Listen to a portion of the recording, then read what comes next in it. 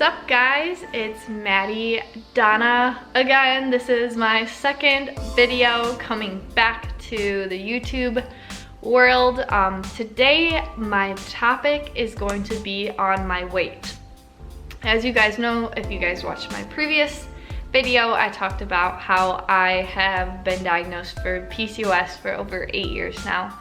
And weight is a scary and touchy topic for everyone, but weight for me has always had a negative notion, and I kind of want to walk through and kind of break down the negative notion and work on steps for achieving your best self so you don't feel stuck with that negative notion that weight does play on a lot of people.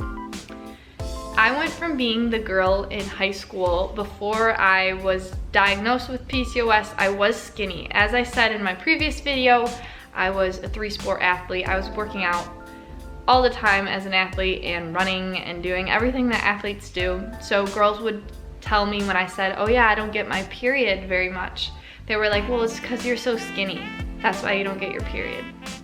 And I was like, okay. Like, obviously at the time, getting told skinny was flattering, but then going from that to regulating my hormones, then I started to gain a bunch of weight. And I went from being told I was so skinny and that's why I wasn't getting my period to getting told that's why I wasn't fitting into my homecoming dresses.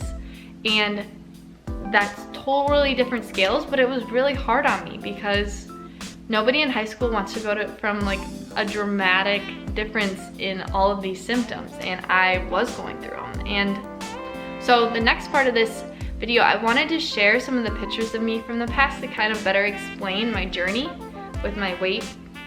But the first picture is actually before I got diagnosed with PCOS and during the you're too skinny to have a period phase.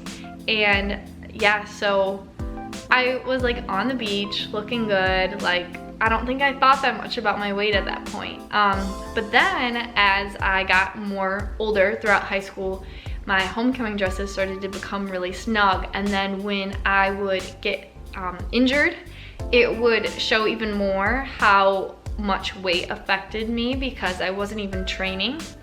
So I would blow up like a balloon sometimes, and that's nothing against people that are thicker, but for me as an athlete and for my build before I would get injured or prior to being diagnosed with PCOS, there was a significant weight gain just to defend myself there.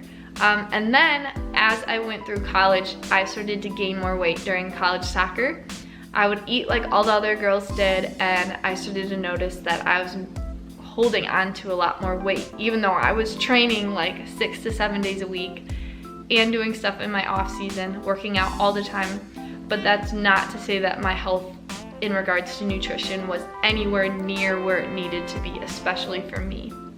And then finally, there's some pictures of me when I started to lose weight at an unhealthy pace. This is when I left my first college, which I'll get into more details in a different episode. I left my first college. I had a really traumatic experience with a lot of things, including boys, but I started to lose weight at a very unhealthy pace, and I was not eating, and it was terrible. And the worst part is that I was actually complimented about it.